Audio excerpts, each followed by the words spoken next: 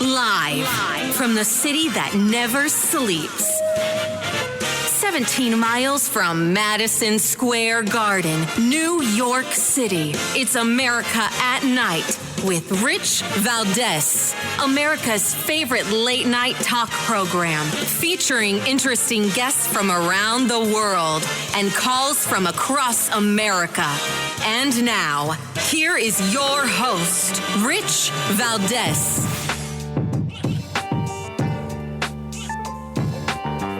Hi there, good evening, and what's up, America? I am Rich Valdez, Valdez with an S, at Rich Valdez on all of the social media.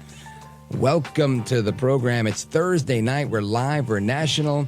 You're a liberty-loving Latino amigo. Happy to be here with you. And if you want to join our late-night national conversation, feel free. This is your nightly town hall, 833-482-5337, 833-4-Valdez. And El Trompito was on the trail today. He was in Jersey, I believe, my neck of the woods at Bedminster, and he had a press conference, and he's not afraid, unlike others, like Que Mala Eres, to face the press and take questions and do what politicians typically do. And he made some statements, and Que Mala Eres was at a campaign event where she said things, but she wasn't really taking any questions, interestingly. But what's interesting about all of this is the stark contrast between the two.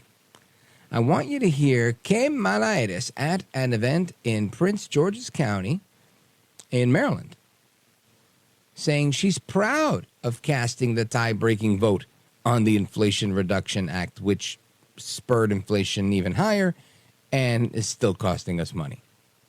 So all of this is to say, 2 years ago as vice president, I was proud to cast the tie-breaking vote that sent the bill that gave Medicare the power to negotiate and let it get to the president's desk. And I was proud when our president, Joe Biden, signed that bill into law.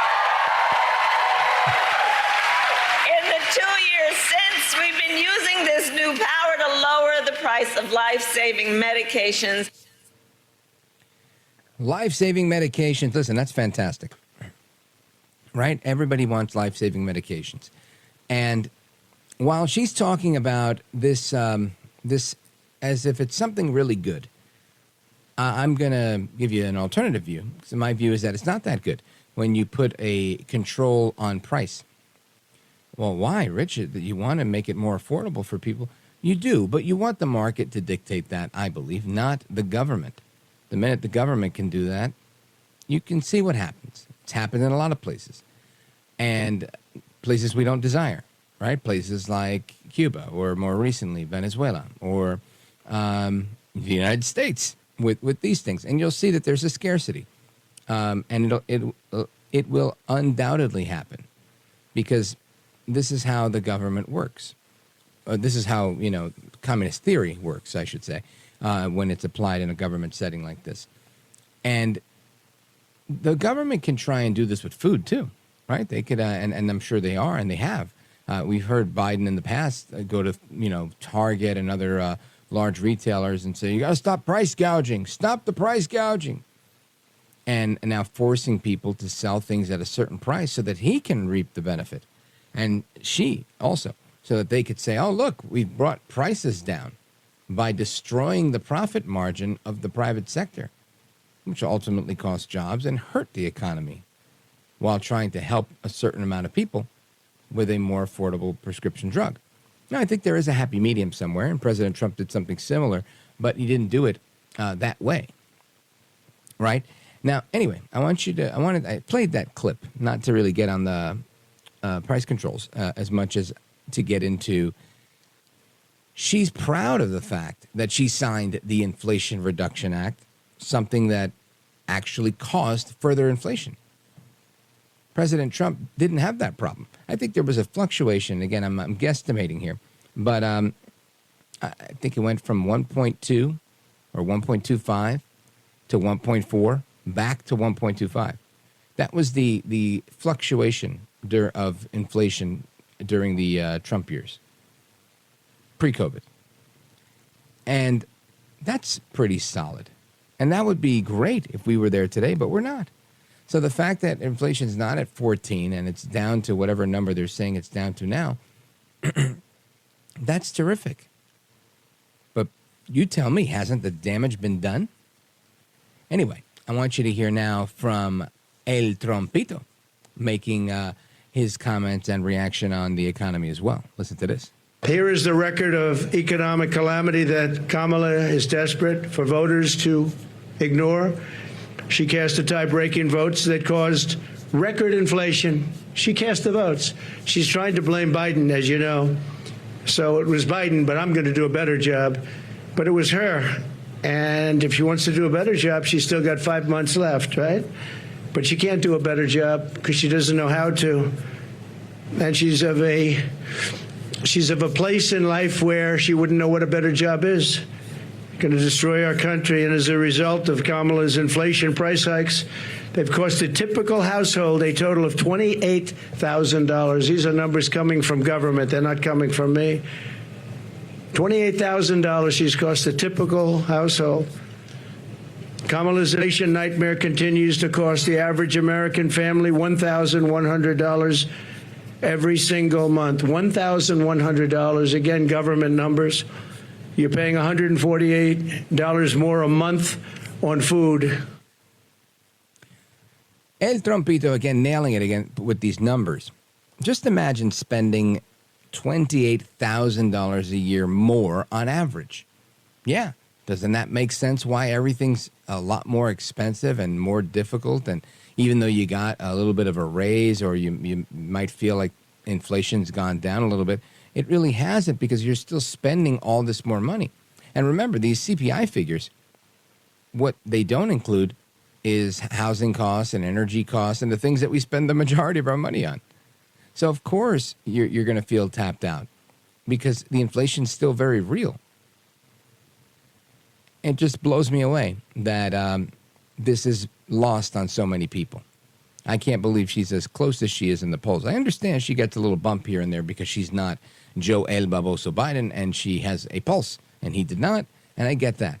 But the fact that she's trying to pull the wool over the eyes of the American people, as like he said, as if she wasn't there the last 3.5 years, going on 4 years. Sure she was. She literally is bragging about casting that tie-breaking vote because these are her policies. She helped push this through. This is her mess, and I said it last night, and I'll say it again. She owns inflation. She owns the border. She owns the problems that are breaking this country, and we can't trust her to fix them. That's it. That's simple. Anyway, I want to continue the conversation on price controls, on Medicare, and all this stuff straight ahead, and a little bit of a rant. Now, listen, I am by faith, a Christian. I believe in Jesus. I think we should be nice to people. I can be a jerk. It might be my default at times. I try to be nice, but sometimes it's a challenge. We all go through this, right? I think we all have issues in life. But I'll tell you, I'm not a malcontent in so much as I don't want people to have fun. And as conservative as I might be, and at least I like to think I am, I can't help but be critical when I see people looking at videos of someone, anyone, and getting upset because they're dancing and enjoying themselves. There was a huge amount of commentary on Twitter about what are we watching? What's going on? Because Karine Jean-Pierre was doing a dance called the Dougie with, I don't even know who anymore. And the point is, it was like a 15-second clip of her dancing. And she was having a good time, and everybody went to town on her, saying, how dare she? What is going on? They're terrible. And I'm thinking, this lady was just dancing. She says the stupidest things. She doesn't do her job extraordinarily well. There's so many things that we could pick on her for. Why would we do it for dancing? Her dancing, honestly, wasn't even that bad. And it dawned on me that there's some people that no matter what you do, it's who you are. They hate the other side and what they do. But I can't subscribe to that. I really can't. I love it when I see El Trompito start doing his little dance at the rallies. I love it. I think it's terrific. It shows that he's human. It shows that he's enjoying himself. He's having a good time. You know, growing up as the son of 2 Puerto Ricans that came from the island, I can tell you that that's what you do at a party, right? Family comes over, music goes on, people start dancing, people have some beers, maybe even cocktails. That is how life works from the world I come from. And I understand that there are some people that are more conservative than that and more religious or conservative. Okay, but I don't think that makes these bad people. That would be like saying the Irish are bad, the Puerto Ricans are bad because they like to have a few drinks and dance at a party. I don't think Karine Jean-Pierre is bad for dancing as much as I don't think Trump is bad for dancing. And there was also some controversy over Congresswoman Ana Paulina Luna modeling a bikini or a swimsuit, and Congresswoman Lauren Boebert also wearing a swimsuit. I don't even know if these are real photos or not. They might be AI, Photoshop, who knows. But the point was, so many people were saying, disgusting. Conservatives, I'm talking about, saying this is disgusting. These people don't belong in Congress. Why? They can't. What you want them to wear a sack? Yeah, I just think sometimes we're a little over the top. Let's stay focused on the issues and stop being so critical of people. It doesn't get us anywhere, I don't think. Anyway, that was my soapbox. We're coming right back. I want to get the take of Hogan Gidley, former deputy press secretary in the White House, when we come back. I'm Rich Valdez. This is America at Night with Rich Valdez.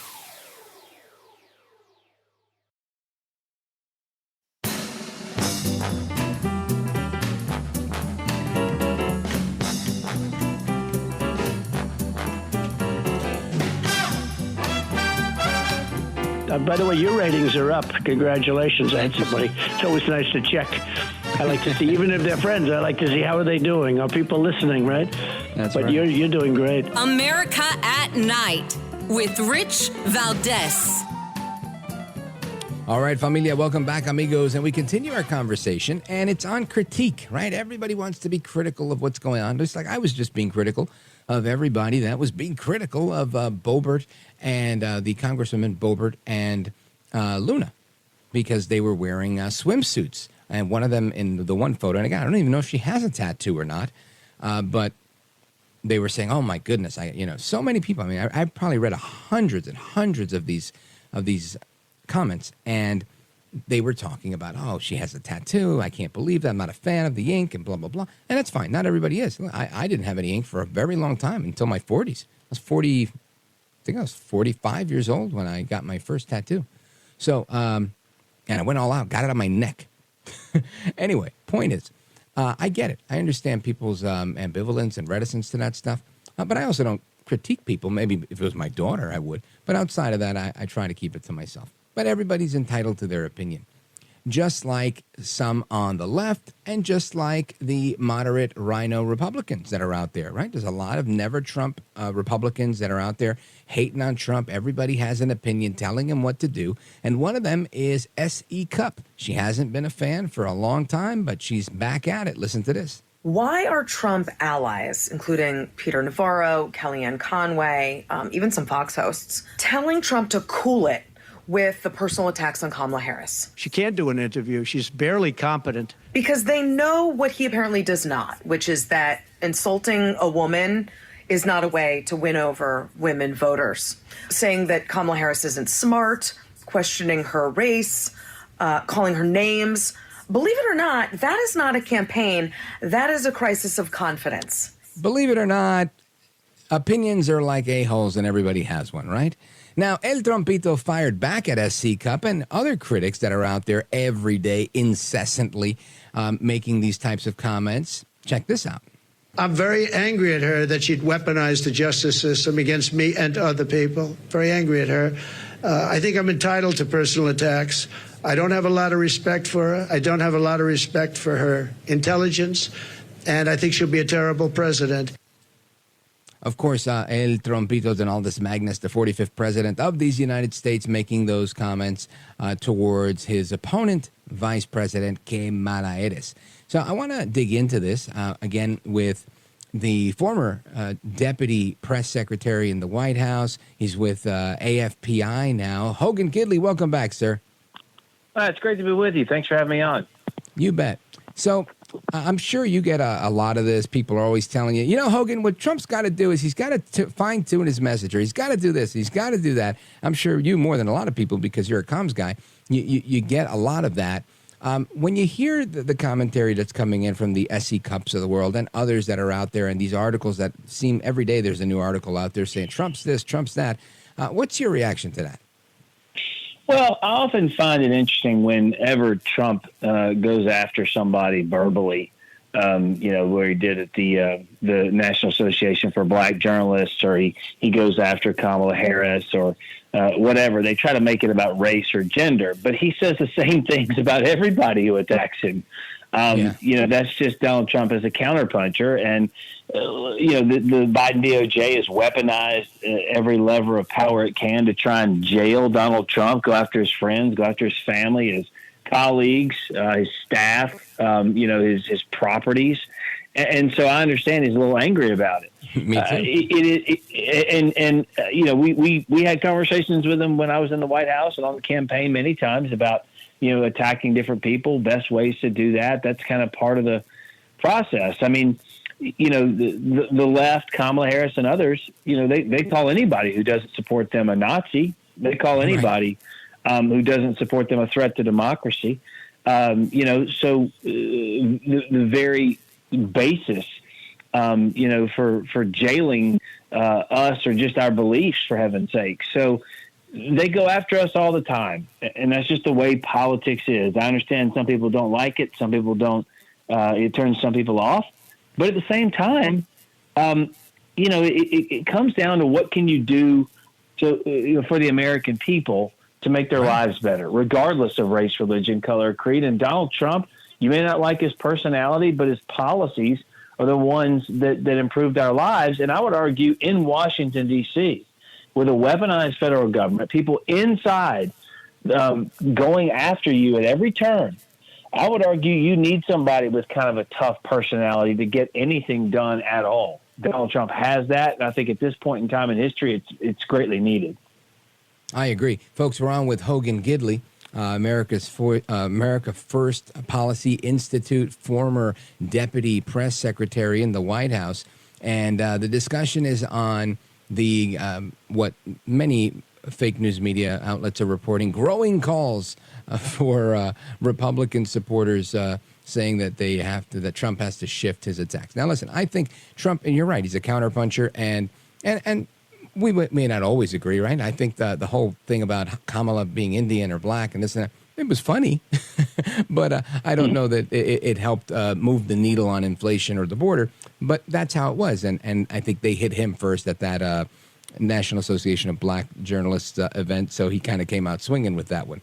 But I get it, and I guess my point is, how do we get people on board, right, so that we don't see this, or is this just par for the course? We're always going to see the Never Trump Republicans constantly just making some noise one way or another. Yeah, I mean, it's always interesting to me because when the Romneys of the world won the nomination, or someone like John McCain, remember, we were told, you got to get in line, everybody else. This is what you do.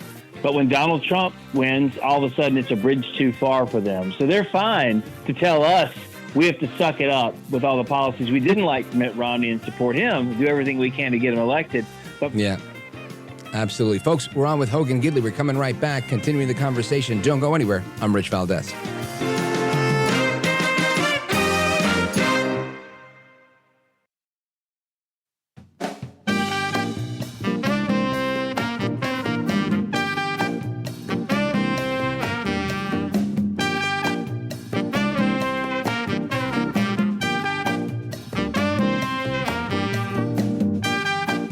America at Night, your home for the best election coverage.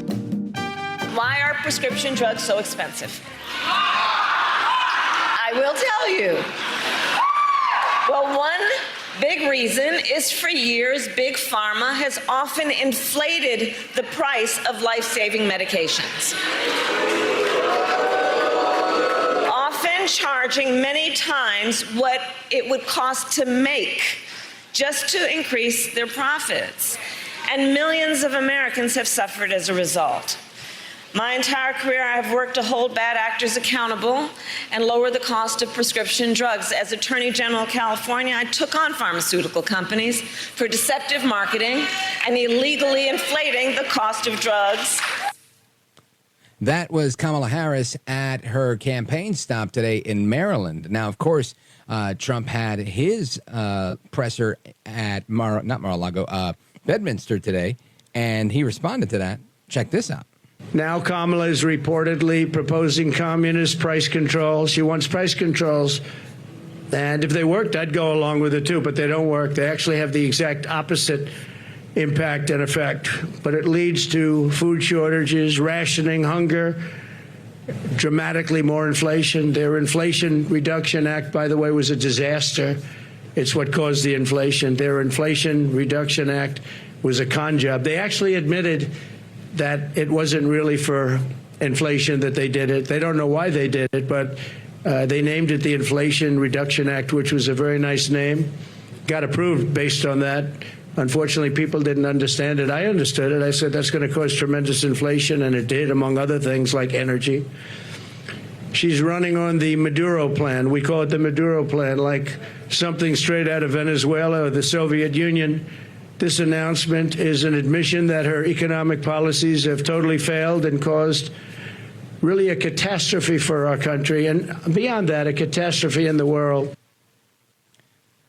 So that was El Trompito today at Bedminster in New Jersey. Now, Hogan Gidley is the vice chair of the Center for Election Integrity at America First Policy Institute, and he is our guest.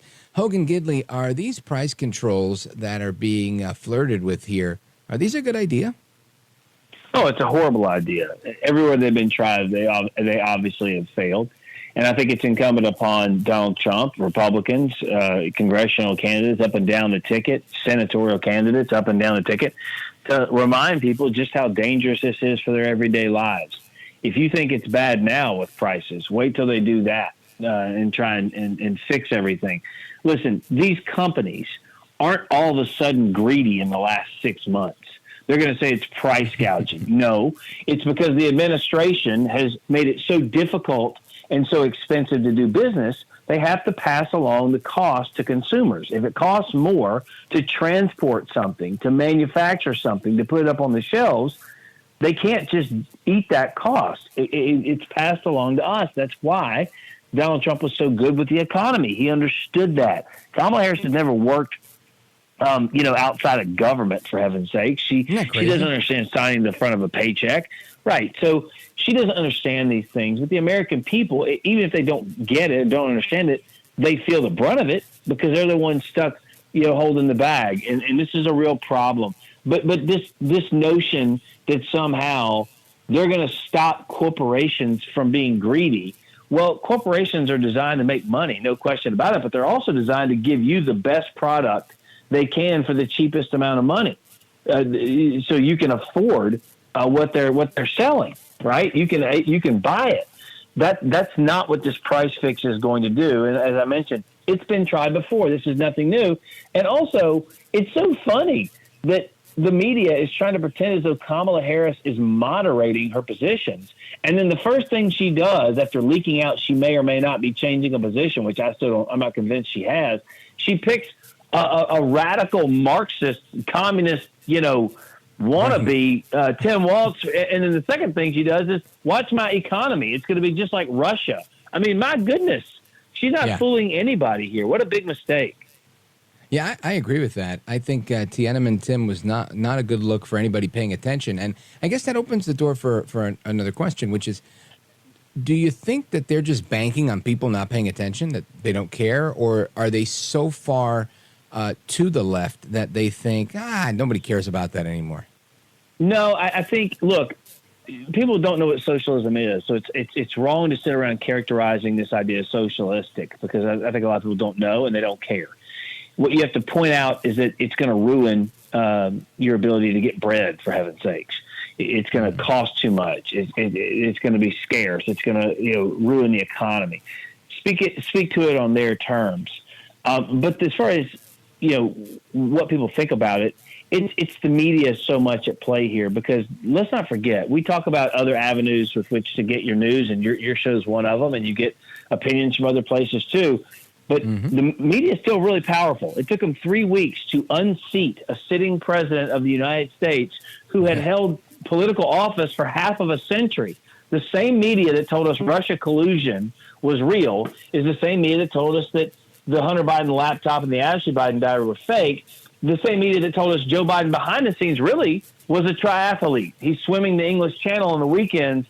That same media told us that Kamala Harris really needed to be off the ticket because she wasn't worth a darn. Now they're trying to tell us she's the best vice president ever. So their power should not be underestimated. Yeah, I agree with that. I agree with that. It's a very fair statement. And one that honestly somewhat still surprises me, that, and I guess I'm trapped in this bubble of information consumption and talk to guys like you all day. So I guess I'm the one that's outside of the norm, but I think the rest of America is just working, doing what they've got to do, taking care of their kids, and it's the last thing on their mind. So that's why that stuff works. Folks, we're on with Hogan Gidley, America First Policy Institute, former deputy press secretary in the White House. And Hogan, when we look at this copycat stuff on Trump says, I don't want to tax Social Security. I don't want to tax hospitality workers on their tips. And then all of a sudden Kamala comes out as if it's never been said. So, we're not going to tax the hospitality. I mean, it was just so funny to me. What's your reaction to that? And B, do you really think she's fooling anyone? Look, she has no original thoughts in her head. Everything's lifted from somebody else. I mean, boy, if Joe Biden didn't pick her for the reason that she just is just like him with the plagiarizing, for heaven's sake. Yeah. But she's as radical. I mean, more radical than Joe Biden, less likable than Joe Biden. Ranked to the far left of Bernie Sanders and Elizabeth Warren. I mean, she was 8th amongst black voters in the Democrat primary in 2019, behind those two others. And one of them pretended to be an Indian, for heaven's sakes. So she's not really likable once she gets out in front of people. That's going to be a real problem for her. And the policy she's pushing, I mean, even worse. But again, it's a condensed time frame. The media aren't asking her any tough questions whatsoever. It's been 30 days since she's been hoisted to the top of the ticket, not getting a single vote. And the media doing what it does. It covers for and carries the water for the left and their agenda. But Kamala Harris, with her radical policies, everything she would want to do, her vice presidential pick has done in Minnesota. So he is the embodiment of all the words that she spews out at her rallies and her press conferences, right? He has done those things. So these two are a match made in heaven. The problem is what they want to do to this country is systematically destroy her with bad policy that really cripples the American people and changes what our nation really is and makes it more of a government-controlled, totalitarian type landscape. Yeah, well put. Folks, we're on with Hogan Gidley. He is with the America First Policy Institute, where he's the co-chair of the Election Integrity Center. And when we come back, I want to talk about the election, in particular, some of these polls that we see that, in my opinion, are lacking some integrity. Don't go anywhere. This is America at Night with Rich Valdez.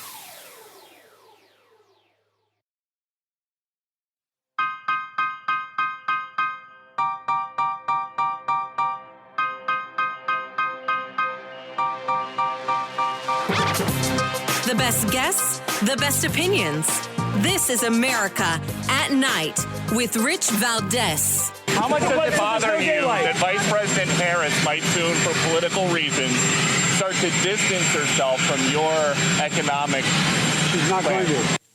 That's Peter Ducey asking President Biden outside the White House, why is Kamala Harris trying to distance herself from your economic policy? And he says she's not gonna. And of course, you know why she's not gonna? Because he won't let anyone forget that she's the one that helped pass this plan. Listen to this. With no help from Republicans, not a single Republican voted for this bill, period. Not one in the entire Congress. Now, the reason I say that is not to make a political point about them, not if they've gotten their lesson, but guess what? They want to, the guy we're running against, what's his name? Donald Dump or Donald, whatever. They want to get rid of this, what we passed. They're fighting to get rid of what we've just passed. No, I'm serious. No help from Republicans passing the Inflation Reduction Act, thanks to the tie-breaking vote of Kamala, made it possible. Okay, so we're in the clear. Republicans are in the clear. It was Kamala that did it, and Biden is holding her to it. So she's attached at the hip to his economic policy. Hogan Gidley, will this make a difference? Will people still make her accountable for what happened with inflation over the last year, or are we going to pretend it's not happening in the next 81 or 82 days? Well, we better, because she was the one who caused it. I mean, these two people were joined at the hip. Remember, it used to be called the Bush administration or the Clinton administration or the Obama administration, the Trump administration. These folks made it very clear. Yeah. You have to call this the Biden-Harris administration because they wanted to be joined at the hip. Every decision was theirs together. And she was heralded and praised and lauded for being the last one in the room for the Afghanistan withdrawal and the tie-breaking vote for this, massive inflation increasing bill and all these things. This is on her as much as it is on him. And I am so sick and tired of her standing up on a stage and saying, hey, I'm going to fix the economy on day one. I'm going to reduce inflation. Well, a couple problems with that. Oh, if only you'd been in a position of power for the last 4 years from which to do that. Right. Oh, that's right. You were the vice president. In addition to that, you're telling me you've got a prescription to fix the economy for the people out there who are suffering, and you're not doing it for 5 months? That's just cruel now, isn't it? So what I'm saying is the whole thing is a joke. Remember, Joe Biden did that with COVID. He said, I've got a plan to stop it. I'm going to stop it. But he wouldn't tell you until he got elected. And then, of course, there was no plan. He couldn't stop it because it's an airborne virus and you can't stop it. It's the same thing here. She did this. She broke it. It's her fault. And now she's acting like she can fix it and then won't for the next 5 months. It's insane. And I think the American people are going to see through that.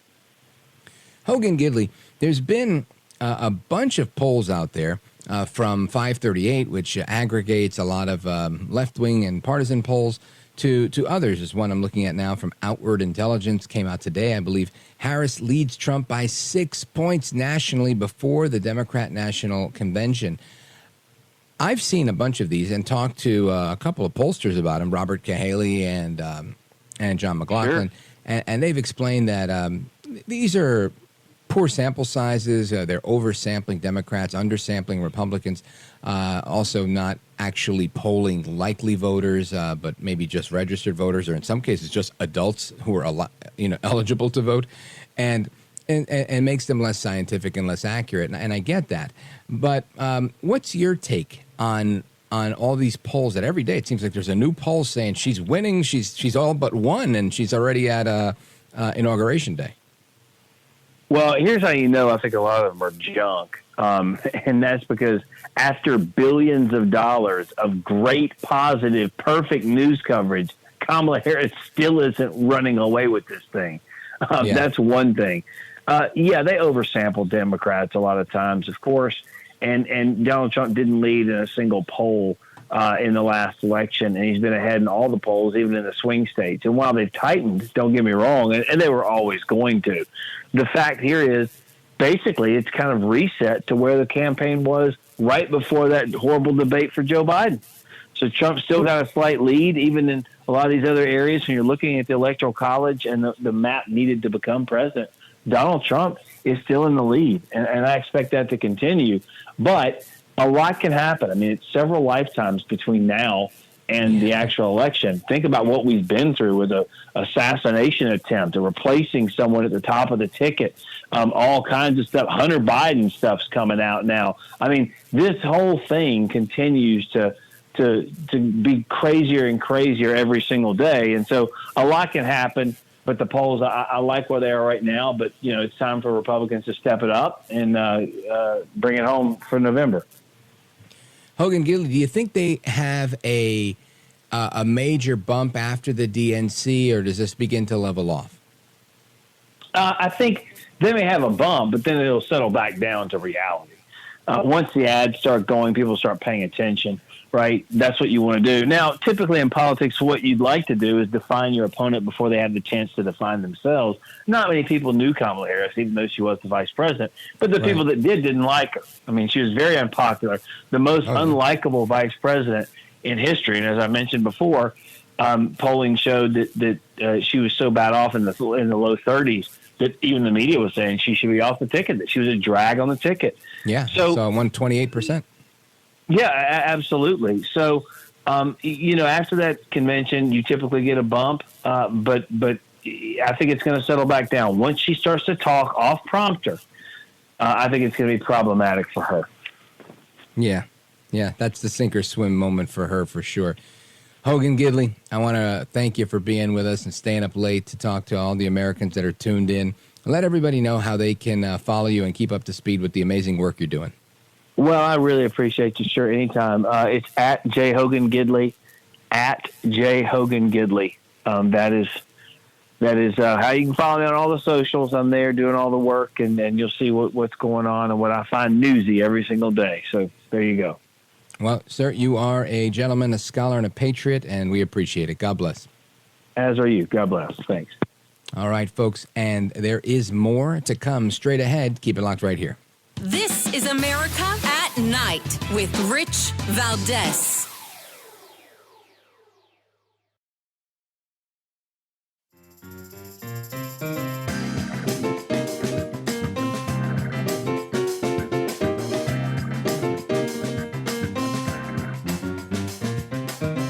You got to know that you are the most listened to night show in prison. America at Night with Rich Valdez. Well, that's an honor. All right, let's hit the phones. Let's check in with Joseph calling us from New York City, streaming WFAS. Go right ahead, Joseph. Manic Depression, bye-bye Joe Biden. No Hezbollah Harris, fraudulent Democrat primary. No communist, no socialist, never Hamas Harris, fraudulent Democrat primary. That's pretty good. That's good. Do you take that on the road? You should. On the road when I'm with Rich Valdez. I love it. That's very clever. I appreciate it. So you think Harris is going to end up being a repeat of Biden, huh? We are going to do our best for her not to be in there. Yeah, I hear that. And we are going to stop that Kamala Rodity. Well, I appreciate the song. Way more clever than my song, my Que Mala Eres song. I appreciate that, Joseph. And a big shout out to everybody listening in New York City on WFAS. Thank you for that. And today I heard something, or I saw an article, or actually I saw a tweet, and it was about Christians for Kamala, evangelicals for Harris. And I thought, where are they going to find those? Right? I mean, it's not like she's one of those Democrats that is, very pro the Second Amendment and pro religious liberty, because they have those. She's not one of them, right? She's one of those that's very pro abortion. She's not pro life. So how do you get these evangelicals on board? Now, does that mean all evangelicals are that conservative? No, it doesn't. I mean, you've got some denominations that are a little bit loosey and goosey that have been infiltrated by communism over the years. So I want to dig into that straight ahead. Don't go anywhere, folks. Hour number 2 is coming right up right now. I'm Rich Valdez.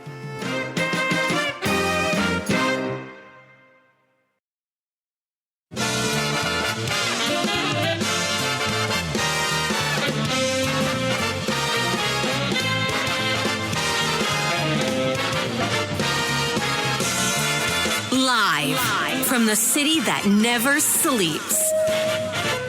17 miles from Madison Square Garden, New York City. It's America at Night with Rich Valdez, America's favorite late night talk program, featuring interesting guests from around the world and calls from across America.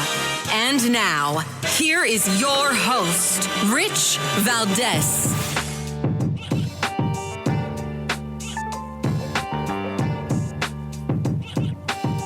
Hi there, good evening, and what's up, America? I am Rich Valdez, Valdez with an S, at Rich Valdez on all of the social media. Welcome to the program, your liberty-loving Latino amigo. We're live. If you want to join us, the number 833-482-5337, 833-4-Valdez. And things are still going on, right? Unfolding, I should say, with respect to the assassination attempt on President Trump. Today, it's been revealed that a Secret Service agent that was guarding Trump abandoned her post to breastfeed. Isn't that something? You got the White House Press Secretary, Karine Jean-Pierre. She's very reluctant to say if Joe Biden would demand that Que Mala Eres, Kamala Harris, pardon Hunter Biden if she wins the presidency. Now, I can't imagine that wasn't part of the deal. Right? Why on earth would Joe step aside without kicking and screaming if he didn't have a deal like that? Right? I would never take that deal. If my kid was on the hook, I'd say, no. I'm going to stay here and take care of my kid myself. I'll make sure he gets off on federal charges. And if I can't do it, then I have to make a deal. So, yeah, I think that's a slam dunk right there. Trump is looking to delay the sentencing in his New York case until after the presidential election, which makes all the sense in the world to me. But I like Trump. I guess if it was the other way around and it was Harris, I'd say, no, we need to figure this out before because we don't like Harris and this isn't fair. So that's a toss-up there. And let's see what else. And Harris is teasing her first hard policy position with very long discredited price controls that we talked about earlier, and we'll get into that a little bit more. Actually, I'm going to bring a guest to go deep on this because I think a lot of people react in the moment, kind of like minimum wage. When people say, oh, but minimum wage, we love minimum wage. And it's great that we're raising the minimum wage for all sorts of, low-income earners. This is great. But ultimately, you get less earners, period, because this can put a real damper on private industry. Now, the Reverend Franklin Graham was calling out some evangelicals today because they're part of a group called Evangelicals for Harris. Go figure.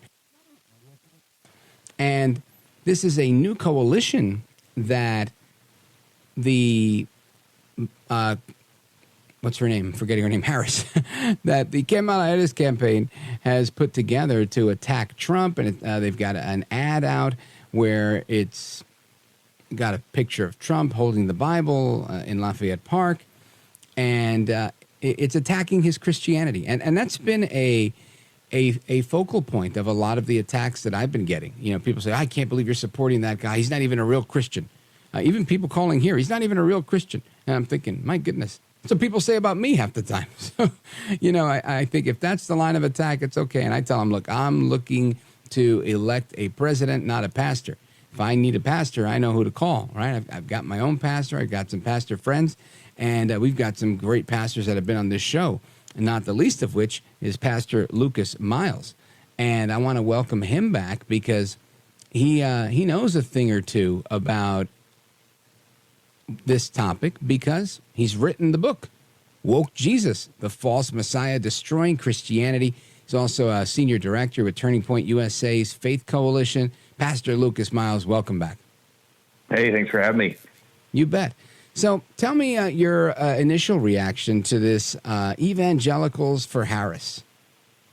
Yeah, look, when I saw that this was a Zoom call that was available, as a pastor, I wanted to sign on and see what it was all about. And so I actually I missed the very start of it, but I listened to about 2 hours, about a 2.5 hour call total.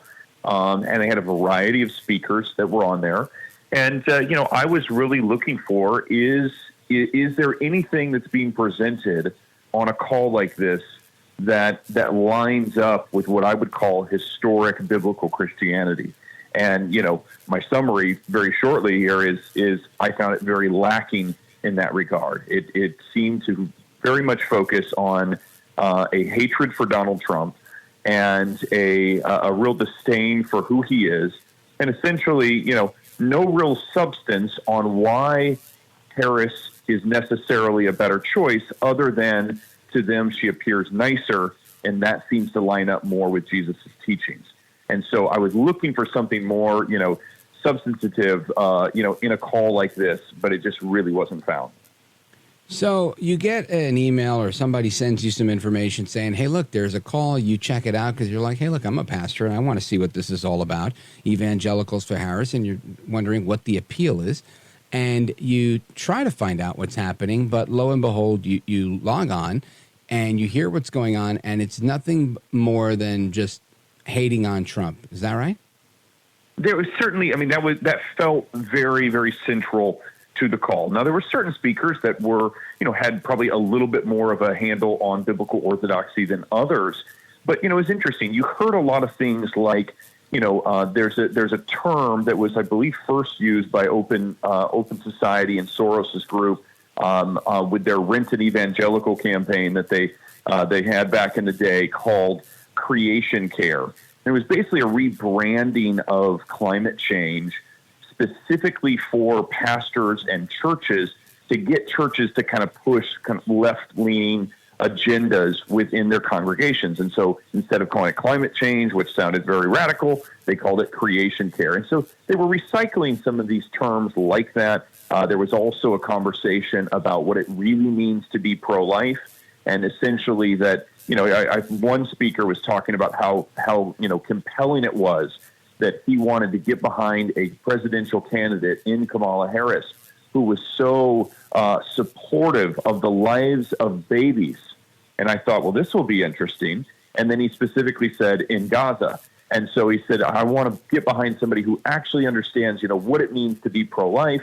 And for him, that was, really summed up by her support for these innocent children in Gaza, with no mention of abortion or the millions of babies that are slaughtered, or policies that are encouraging late-term abortions up until 9 months, here in the States that are being pushed by the left right now. Yeah, and this is an interesting thing, because I know that they put together this ad with, it was somewhat misleading. It's from before Trump even ran for president back in 2015, of him saying, he's not sure if he's ever sought God's forgiveness, and really trying to paint him as someone that's not a man of faith. And I think since him getting shot nearly in the head and in the ear, all I hear him talk about is how, God saved him from this. And I think, many people, right, have a brush with death and get that much closer to God, right? Little deathbed conversion. I'm not saying that's what happened to him, but I think it's a very normal reaction. And it just, I find it interesting that this campaign seems so different than others I've seen, Pastor Lucas Miles, that they want to talk about Trump's not really a Christian. Like, why is that an issue?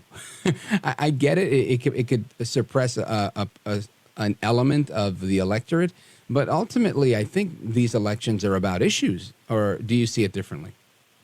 Look, as a pastor, when I, start thinking about the election, what I'm looking for, first and foremost, are what policies are a particular candidate going to bring forth. Now, here's the interesting thing. We have two candidates really for as far as I'm concerned, the first time, at least in any, recent history, that already both have major experience in office where we can look back at their records at what they have done and what they have brought into this nation. And I think that while there's a lot of accusations about, Trump's faith versus, Kamala's faith, at just a surface level, what we have to ask is, what do their policies look like? And so when I'm talking to my congregation, and teaching them about how to think biblically when it comes to the ballot box, I'm asking them to look at what policies line up better with a biblical worldview. Those are going to be policies that support personal responsibility, something that Jesus taught about a lot, personal stewardship.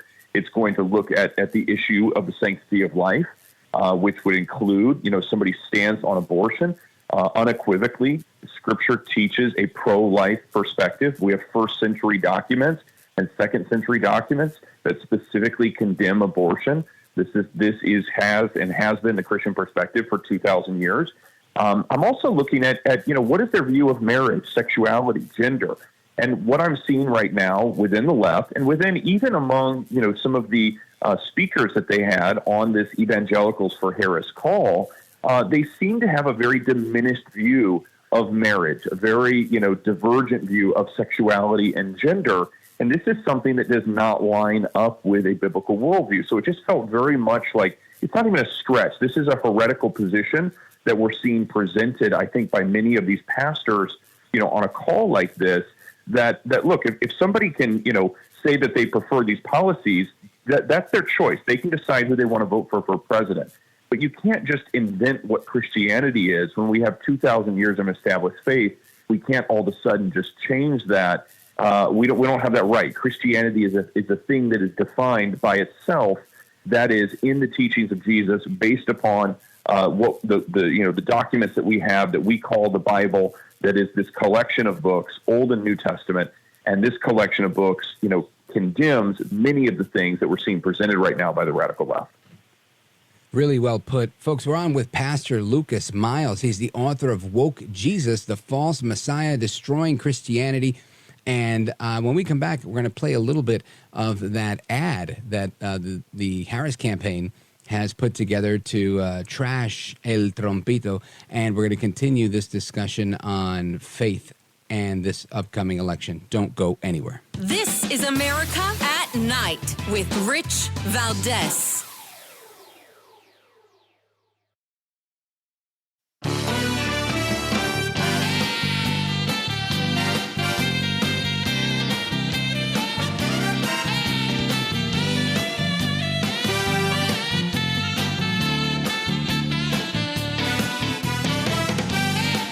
My hands across America to the liberty-loving Latino, Rich Valdez. This is America at Night with Rich Valdez. We had bullets flying right over my head after I went down, so I'm glad I went down.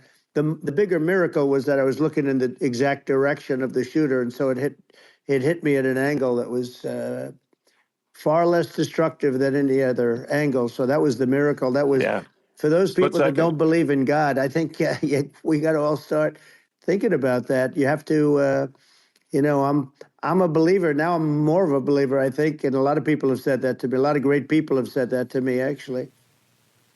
That is Donald Trump, who I like to call El Trompito, Donaldus Magnus, and he was having that X Spaces conversation with Elon Musk a couple of nights ago, sharing what happened with his, his personal experience from, getting shot at.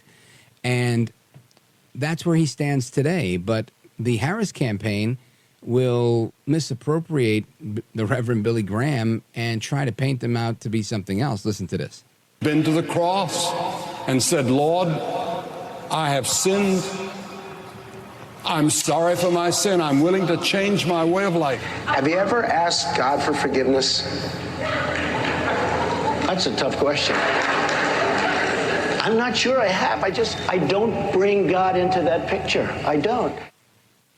Now, this is the ad that Evangelicals for Harris is circulating, and it's been criticized by Franklin Graham, the president of the Billy Graham Evangelistic Association, and others, because it's not very accurate, not very honest. It's not a clear depiction of who Trump is today. But this is how politics works, right? And it's not the first time we've seen the left within the media, the left within academia, become the left within the church. And Pastor Lucas Miles is our guest. He's the author of Woke Jesus, the False Messiah Destroying Christianity. Pastor Lucas Miles, when you hear this ad from the Christians for Kamala, Evangelicals for Harris coalition of her campaign, what are your thoughts? Look, you use this word kind of reappropriating Billy Graham, and I think that's exactly, what they're doing there. It was interesting when I was listening to this call for Evangelicals for Harris, one of the speakers on there they had was actually a granddaughter of Billy Graham. Now, her name was not familiar to me. She does not seem to be somebody who's been very central at all in the continued ministry of the family or anything like that. But, look, just about anybody can find a relative that disagrees with them or disagrees with a certain position. But, without a doubt, to try to position this in a way to almost make it sound like Billy Graham, if he were alive today, would be standing with Harris as a candidate, or worse yet, standing behind some of these policies that we are seeing, really radical views of a willingness to terminate life in the womb, of a completely open southern border, of kind of socialist Marxist, inspired policies that we're seeing right now, and then to try to project that Billy Graham would somehow support this. This is concerning, right? And so I think that Franklin has come out, rightly so, saying this is not the position of his father. And I think that anybody that is familiar with Billy Graham's work or his teachings or just Scripture in general should easily be able to see through this. But it seems like there are still people that are being really deceived by this, and that's sad to see. Yeah, and I agree with that, and I think that part of what's happening is what you've been writing about, right? This book that you wrote, Woke Jesus, is that your second book? So actually, my third solo book, and I got a new one in the works, hopefully early next year. But yes. Well, either your first or your second book also talked about the Christian left. Yes, the Christian left, right, and the Marxism that was creeping into the church. And Marxism is creeping into just about everything in our society, notwithstanding the church, right? So I was really glad that you wrote about that, because it's something that I don't think any institution is safe, because that's exactly how Marxism works, right? It's there to get into institutions and do what it does. And I think we're seeing that happen here, not only in the media, but in our politics, as well as within these faith coalitions. So, and I would go ahead. I would argue that in many ways it started within these religious spheres first. I think that, politics and culture are downstream from theology. And I think that, I mean, one of the things I've presented in both Woke Jesus and the Christian left is that Marxist ideas, critical theory, these were introduced in the church. I mean, we have evidence in the late 1700s, 1800s of these things where it was really philosophers and theologians that were proposing these ideas first that were later grabbed a hold of by politicians. And so this has been going on for a long time. It has truly been a long march through the institutions, and the church is certainly a central institution that Marxism has infiltrated, and we are seeing the results of that today by the wokeism all around us. Really well put. Folks, Pastor Lucas Miles is the author of Woke Jesus, the False Messiah Destroying Christianity. He's a senior director of Turning Point USA Faith. And Pastor Lucas Miles, in the 30 seconds that we have remaining, let everybody know how they find you and how they keep up to speed with the amazing work you're doing. Yeah, absolutely. So if you want to check out lucasmiles.org on a personal level, or I would like to invite pastors and believers out there to go to tpusafaith.com, find out more about what we're doing to defeat wokeism in the church in America. Outstanding, brother. Well, thank you, brother. Godspeed to you. God bless you. I appreciate you and hope to have you back soon. Thank you. You bet. Folks, we're coming right back. More to come straight ahead. I'm Rich Valdez.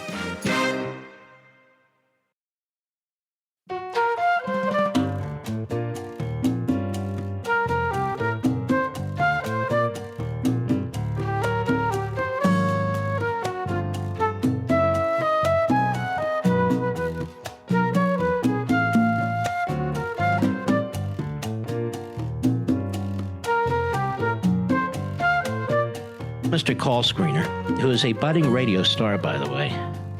Richie Valdez is terrific. This is America at Night with Rich Valdez. These defendants took advantage of Mr. Perry's addiction issues to enrich themselves. They knew what they were doing was wrong. They knew what they were doing was risking great danger to Mr. Perry, but they did it anyways.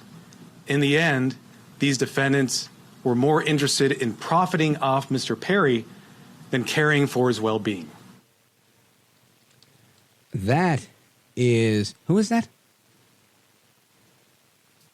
Martine Estrada, thank you. Tell me what number that is on my sheet here. 30, number 30. All right. Bear with me, America. I'm sorry.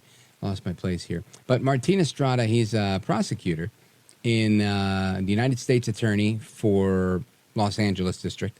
And he's talking about arrests, these arrests that were made with respect to the death of the actor Matthew Perry.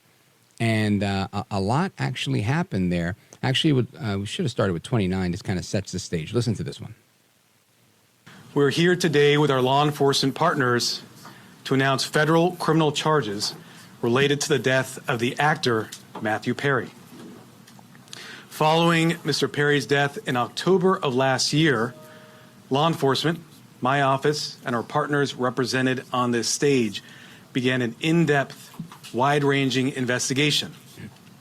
That investigation has revealed a broad, underground criminal network responsible for distributing large quantities of ketamine to Mr. Perry and others.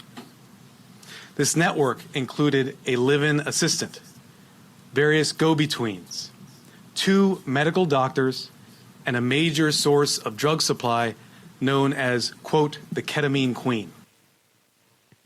So now this is becoming to me eerily reminiscent of what happened to Michael Jackson and what happens to a lot of other people. I don't know the extent of all of why Matthew Perry was using ketamine. I don't know if he was getting high or if he was using it to fight depression, or there's a lot of people using ketamine therapy for a lot of things nowadays. But I want to get to the bottom of that, as well as a little bit of 2024 talk and a bunch of other topics that we've got with our friend Zen Sams. She's an actor, a model, and a kick-butt radio host from New York City. Zen Sams, welcome back. Hello, Rich. How are you, my dear? I'm doing great. Thank God. Thank God. You know, I hear these stories. Matthew Perry, I thought was fantastic. I really enjoyed his work. I was a big fan of Friends, and he was also he did a reboot of The Odd Couple, which I thought he was great in, and I had just started watching it, honestly, around the time that he died. It was already in reruns, but that's when I happened to start streaming it. And I saw this story today, and I thought to myself, my goodness, you know, when you hear about somebody's personal assistant injecting them and giving them a fatal overdose, it sounds like what happened to Michael Jackson, no?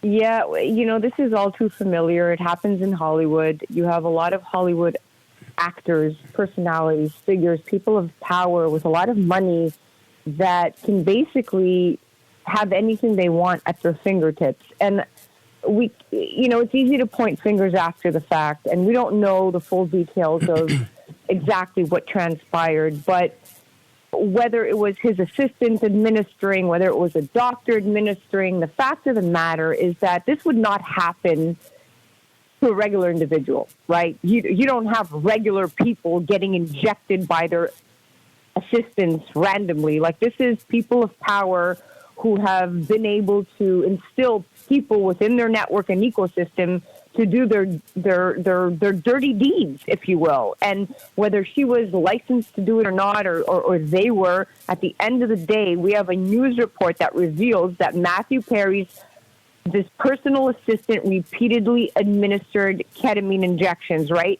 in the months leading up to his death. And then we know that he had been battling addiction for many years. This was not new.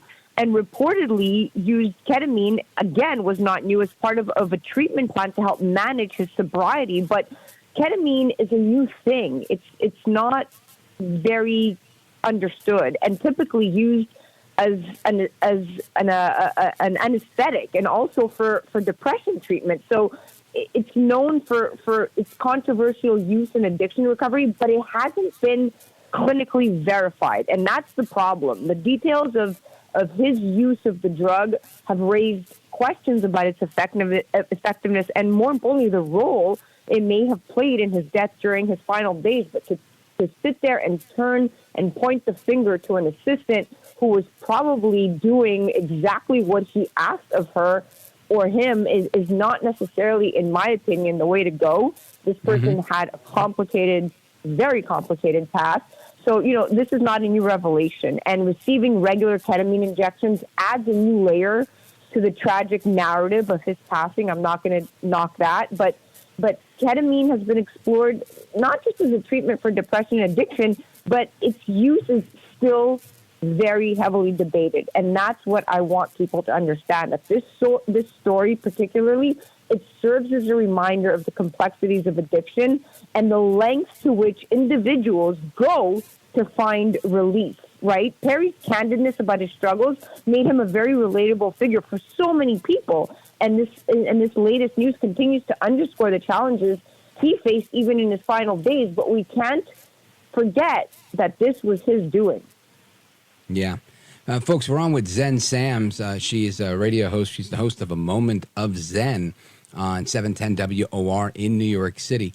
And Matthew Perry's personal assistant, it wasn't him, a guy named Kenneth Iwamasa, 59 years old. And he's now looking at 15 years in jail for doing this. But he's actually been Perry's personal assistant since 1994. And it's just very interesting. They put a screen grab here of his biography or his byline on his LinkedIn page. And it says, "I thrive in chaotic situations which call for order. I'm discreet, loyal, and honor absolute confidentiality. I love deadlines, contracts, dotting I's, and solving puzzling situations and projects." Well, looks like he's dealing with all of that right now, right? Yeah. He's he's got his work cut out for him or not. The irony of it all. Yeah. Anyway, folks, we're on with Zen Sams, and I don't mean to make light of any of this. It was funny the way they wrote this. But Zen Sams, I want to run a couple of other things by you. I'm going to take a quick pause right here, and I want to remind the audience that we've got our hour-long call-in segment coming up at the top of the hour. We call it Open Phone America, and I'm looking forward to speaking with all of you across the country this Friday night. We're live and we're national. The phone number is 833-482-5337, 8334 Valdez, and we're coming back with our guest, Zen Sams.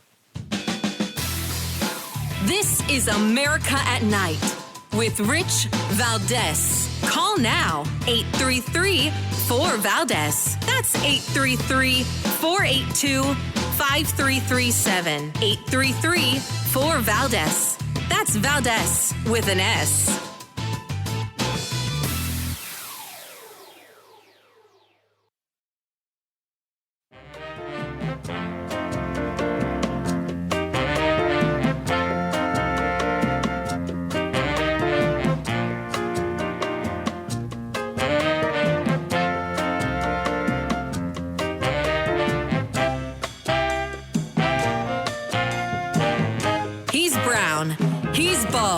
And he's breaking it down. It's America at Night with Rich Valdez.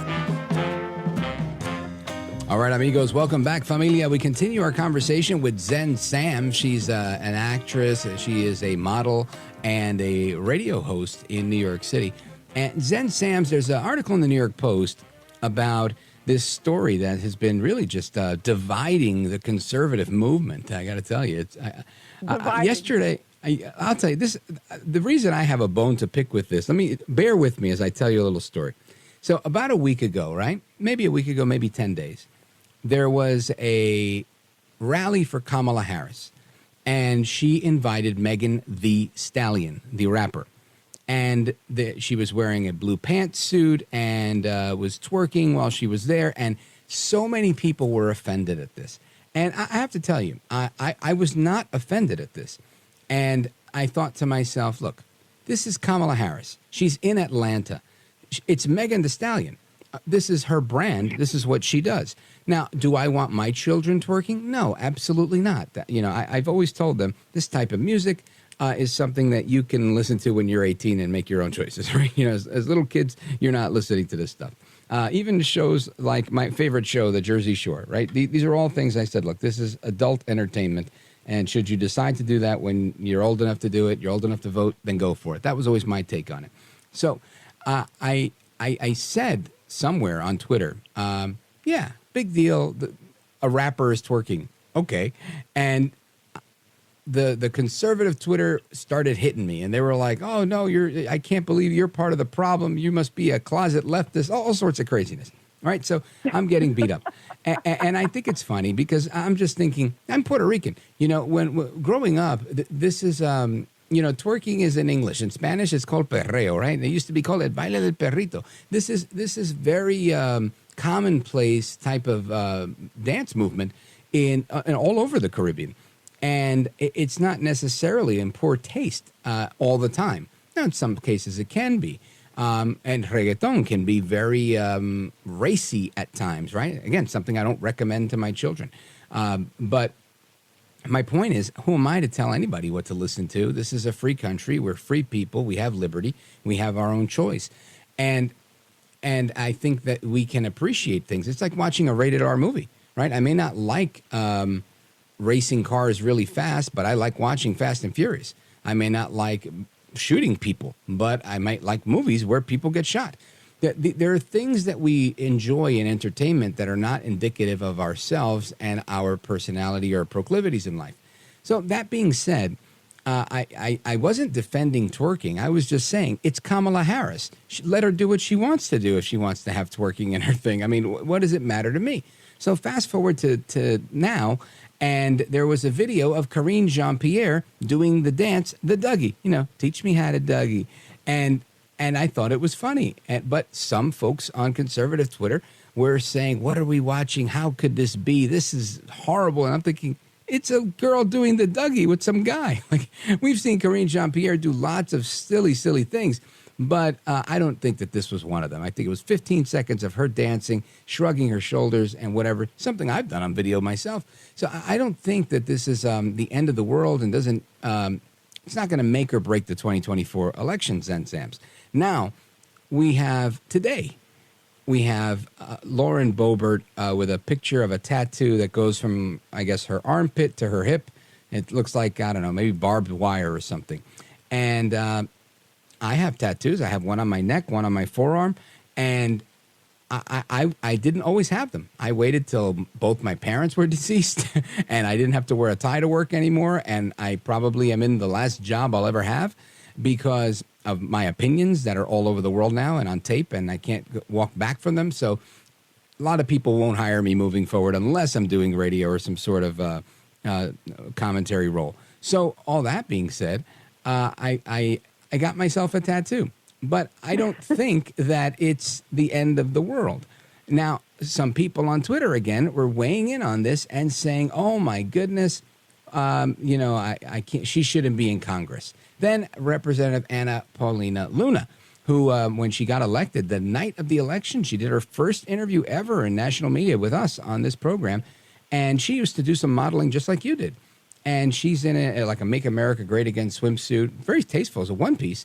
And still, people were beating her up, saying, this lady shouldn't be in Congress, this, that, and the other. And she made light of it, responding to critics last night, saying, yes, it's true, I wear a swimsuit when I go to the beach. And it was very funny. So now we have all these mixed reactions, and you being a former fashion model, and you happen to be a woman, both biological and otherwise, I want to get your opinion on this.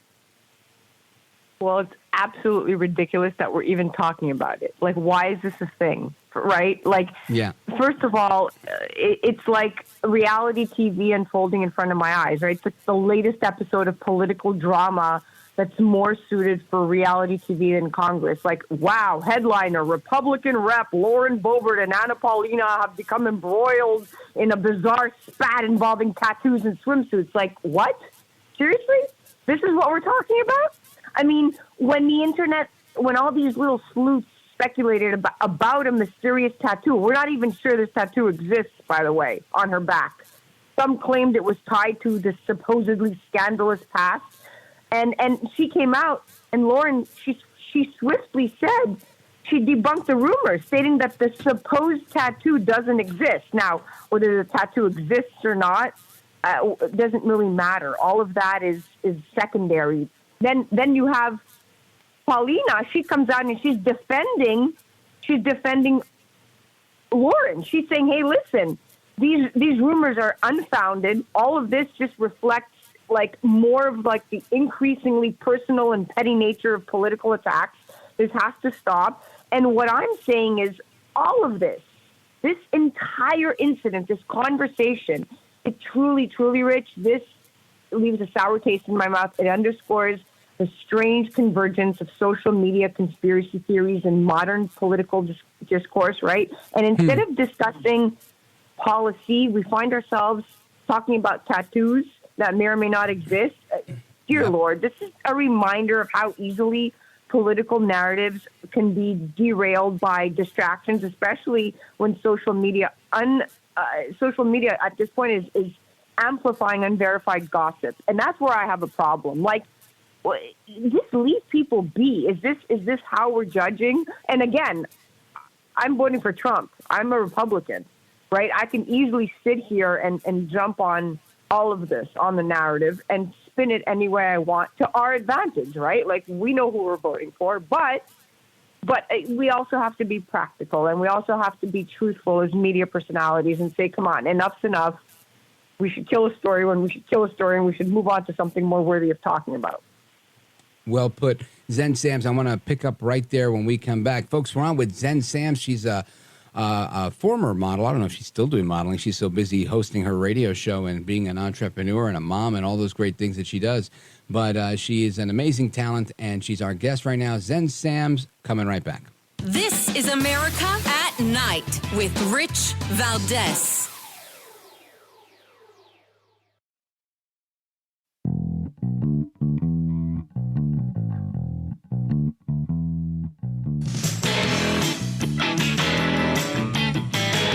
Call now, 833-4VALDEZ. That's 833-482-5337. 833-4VALDEZ. That's Valdez with an S. All right, familia, welcome back, amigos, and we continue our conversation with Zen Sams. Zen Sams, I want to know what's... Oh, by the way, I said it was Friday before. That's my wishful thinking. It's Thursday. But Zen, your show is on Saturday nights. And what can people expect to listen to this week? Well, this week we have a very exciting show airing. We have Alexander Ludwig from Vikings. He's an actor. We go behind the scenes on the Kill and Castro movie that's coming out with Al Pacino, and we talk about his new role in that, and we also talk about parenthood and how he's balancing it all, and he's a great actor. We have Jessica Markowski, who is currently on Netflix's Owning Manhattan. She's a reality TV star, model turned high-end celebrity realtor. She's coming on, and she's going to be talking about her hydration hacks and how she navigates the city and still looks and feels fabulous while, selling off high-end real estate and managing her reality TV show. Then we also have a business entrepreneur who's talking about how to really take entrepreneurial ship to the next level using artificial intelligence and paving the way. And of course, we also have incredible talk with a top dermatologist talking about non-invasive skincare and how you can get that facelift look for wedding season to elongate your neckline and give you that instant liquid facelift. So we have all. I'm always looking for a longer neckline, right? Zen Sams, how do people listen to the show? Well, you can tune in Saturday nights, 9 p.m. Eastern. We're live on 710 WOR, which is the Voice of New York iHeartRadio, on any one of the usual channels. You can go to 710 WOR, you can go to iHeartRadio, you can go to amomentofzen.com. And let me just remind them, it's Zen Sams, XENSAMS, Zen Sams. Always a pleasure to have you on the show. Time goes too quick when you're on the other side of the phone. I appreciate you. I appreciate you, Rich. Thank you so much. You bet. All right, folks, Open Phone America is coming up right now. I'm Rich Valdez.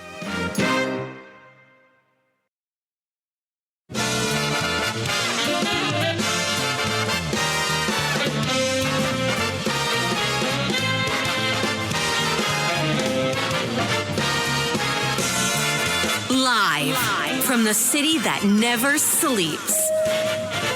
17 miles from Madison Square Garden, New York City. It's America at Night with Rich Valdez, America's favorite late night talk program, featuring interesting guests from around the world and calls from across America. And now, here is your host, Rich Valdez. Hi there, good evening, and what's up, America? I am Rich Valdez, Valdez with an S, at Rich Valdez on all of the social media. Welcome to hour number 3 of the program. We like to call this one Open Phone America. And on Open Phones America, you guys get to call in with whatever it is you want to talk about, and we'll have at it. The phone number, 833-482-5337, 833-4-VALDEZ. Again, 833-482-5337 is the phone number. Looking forward to speaking with you guys. I know that there's a few people on hold, and I'm going to get to you momentarily. Just wanted to cover a couple of things, all right? Because we've talked about a lot of things tonight, right? Some of the things we talked about were the fiasco about Lauren Boebert's bikini and her tattoo. Then Rep. Anna Paulina Luna, Congresswoman from Florida, she weighs in with a picture, or somebody put a picture of her in a bikini as well. Not even a bikini, a one-piece swimsuit. And the internet was ablaze. Why are conservative women wearing bathing suits? Why does this conservative congresswoman from Colorado, why does she have a tattoo on her torso?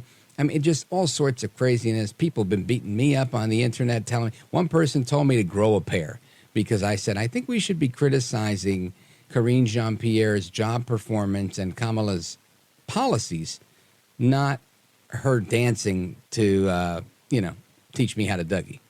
And again, you may not be familiar with this song, but it's like a line dance type of dance. It's a very popular culture type of thing. And harmless, in my opinion. It's not twerking, if that's what you're thinking. And it just amazing how if you break from the pack, I guess 99% of the people on this thread that I commented on Twitter, where I said, I don't think this is necessary or helpful, or whatever it was I said. And then they started chiming in. One lady told me, another Democrat losing his marbles. And I replied, Democrat? What are you talking about? And she writes back, because of your bitchiness, I presumed. I mean, I'm taking all sorts of friendly fire over here. And again, I don't mind, right? I've got thick skin for that stuff. But it just made me realize that, we don't have to agree. I get that. But B, it really is, in my opinion, not helpful. Right? What's the point of hating someone because of the way they dance when they've destroyed the economy through inflation? Again, it's not destroyed the economy, but it's, weakened, right? The dollar is weakened because of inflation. The economy is weakened because of the high cost of everything. So I get that. But I meant to bring that up, and I brought it up a little bit in the last hour, and I'm bringing it up again because I feel like sometimes we just really miss the mark. Sometimes I think we're all Archie Bunker, where we just decide we're just going to criticize the left no matter what they do, even if we do the same. Again, I try to always, I have a test in my mind, and I'm like, well, how would I react if somebody on my side did that? And I think to myself, you got El Trompito, who does this little dance as if he's drying his back with a towel, right? He does, behind the head, behind the arm, looks like a robot. It's a very cool little dance. People love it. There's memes of it and GIFs of it all over the place. And I share it all the time to be funny. And interestingly, I put a comment saying, look, Trump dances, and nobody's criticizing Trump. And not that I'm saying we should. I'm just saying don't criticize Karine Jean-Pierre for her dance, and don't criticize Trump. Let the people dance. And one man tells me, let me see if I could find it, because this was pretty interesting, right? This one guy, and he seemed angry, right? He seemed very, very angry. Let's see if I could find it fast enough. But I was really taken aback because, how insulting he became. And I was like, bro, I wasn't even talking to you, right? I was just responding to this thing. Let me see. Let's see. This is not it. Cori Bush, Ayanna Pressley, blah, blah, blah. Bear with me, folks. Live radio. Oh, here's one. Another person. My response was, come on. The Dougie dance isn't to blame for inflation or the border. Lighten up a bit. Attack their policies, not their dancing. Oh, boy. this was the beginning. You would never have uttered such a nonsense as Mr. Call Screener. Of course I would.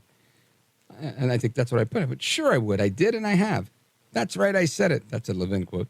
Too many of us are being hyper-selective with our outrage over frivolity. We're mad at the left for dancing while praising or ignoring others doing the same thing. That's the nonsense of it. None of this is going to help save the Republic. Godspeed. And I agree with that. I mean, I did say that just a couple hours ago, but I still agree with it. And to me, it's stupid. The whole thing is stupid, right? Here's another one that's angry with me. Rich Valdez, I would argue that if you are with an abusive spouse, standing united will all lead. What's this talking about? Huh. Oh, geez. I made a comment and I said, united we stand, divided we fall. Choose wisely and stay focused on the issues, big ideas, and not simply on hating the other side and everything they do. A comment on that. I would argue that if you're with an abusive spouse, standing united will lead to the downfall of both of you. The Democrat Party is that abusive spouse. Now, I'm not saying to be united with the Democrat Party. I'm saying to be united with the other people that are voting for Trump on the conservative side of things. There's no need for us to sit here and bash each other the way that they were, coming at me. And again, I don't really care. I just think it's interesting that these people have so much energy to for that comment that I read to you. Look, I'm getting so much of it. Look at this. Here, this is a good one. This one went on because I allowed it to go on. It's an old saying. It says, don't, never feed the trolls on the internet because they'll keep coming back. And they did. So this woman who called me a Democrat, she said, oh, just guessing you were a Democrat by your bitchiness. I said, haha, who's being bitchy? The one of us that thinks that we should enjoy life a little bit by dancing, or the one of us that would rather criticize people for dancing instead of for their policy? She put, that's the point, Rich. They have no policies. They don't. What about this Inflation Reduction Act? What about raising, what about all this spending that got us inflation? What about opening the border? These are all policy decisions. But anyway, she says they have no policies, their administration sucks, and they don't give a bleep about the people, and they're acting like a bunch of damn fools, all giddy and ghetto.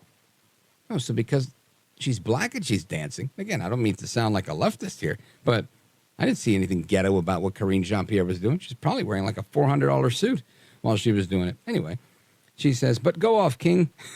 Admire their ritual of screwing us over. Weird. She called me weird. Like J.D. Vance, like Trump, I'm weird now. I couldn't help it. I wanted to feed the trolls a little bit, so I responded. They said, your level of hyperbole is astronomical. Admire. Forgive me for believing in God-given liberty, including to dance, irrespective of how righteous one is. With so much ineptitude and bad policy, inflation, the border, human trafficking, you'd think that we'd attack those things instead. Oh, Rich, those two things can be done at the same time, sweetie. I would think that you would know this by now, but hey, continue to admire these fools because they look like, because you look like one right along with them now. Congrats. So I look like a fool because I said Karine Jean-Pierre should be allowed to dance, and we shouldn't. I'm not going to criticize her. If you want to criticize her, go right ahead. But I don't think it's helpful to criticize her dancing. Everybody should dance. Let everybody dance. And when it comes to the policy, let's talk about the policy. Anyway, when you guys get a chance, I want to know your thoughts on this because I'm wondering, will my audience now turn on me because I think it's okay to dance? 833-482-5337, 833-4-Valdez. Very curious about your responses. And I think we're working something out on the phone. So if you don't get through right away, just keep trying. But another one, this guy was very upset with me for something else too. He said something about intolerance. And I said, it looks to me like your intolerance and unwillingness to admit that dancing's actually okay, no matter who's doing it, is painting you into a corner where friendly fire is the only way you have out. Sounds like a winning strategy. Good luck. God bless. And he writes, intolerance, LMFAO. Surprised you didn't go ahead and call me a racist, too. Great job, you joker. I don't think he's a racist. I think he's an idiot. But this guy started by calling me an idiot, right? And it was all about name calling, when all I said was, let this woman dance and let's criticize her on policy. So half of conservative Twitter now hates my guts. because I think Karine Jean-Pierre should dance, because I think Lauren Boebert, it's okay to have tattoos, and I don't care if these women wear bikinis to the beach. These are older women, not older, they're in their 30s, so forgive me, but I mean, they're not kids, right? These are adults. And who cares? Who cares what they're wearing? I really don't. These things don't matter to me.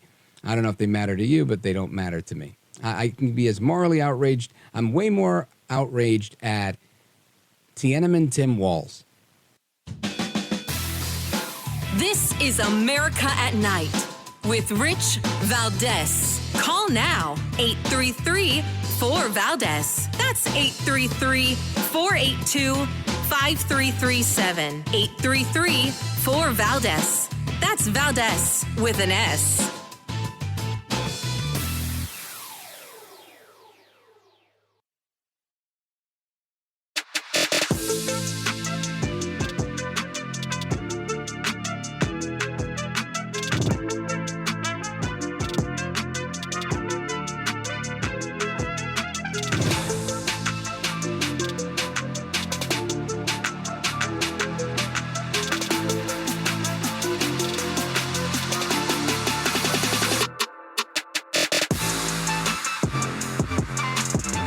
Now, 833-4-VALDEZ. That's 833-482-5337. 833-4-VALDEZ. That's Valdez with an S. Let's just summarize the truth. Tim Walz said that he carried a weapon in war. He never went to war. Tim Walz said that he didn't know his unit was about to deploy to Iraq when even his own press release at the time said that he knew exactly that. Tim Walz claimed to be a command sergeant major, even had it printed on his challenge coins, and he knew he never achieved that rank. And now Kamala Harris, showing terrible judgment, has decided that her way out of this political problem is to claim that she and Tim Walz are the victims. I think the victims are the veterans who are having their service disparaged because the guy who wants to be their vice president is lying instead of telling the truth. I think those are the real victims of what Tim Walz has done.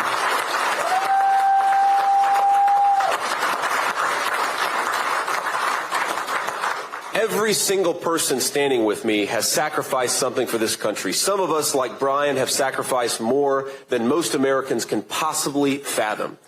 But every single one of us honors every veteran for their service, whether they went to war or not. So long as you did what this country asked you to do, you deserve to be praised for it. You deserve to have what this country promised to you actually given to you. This is not about disparaging anybody's services, including Tim Walz.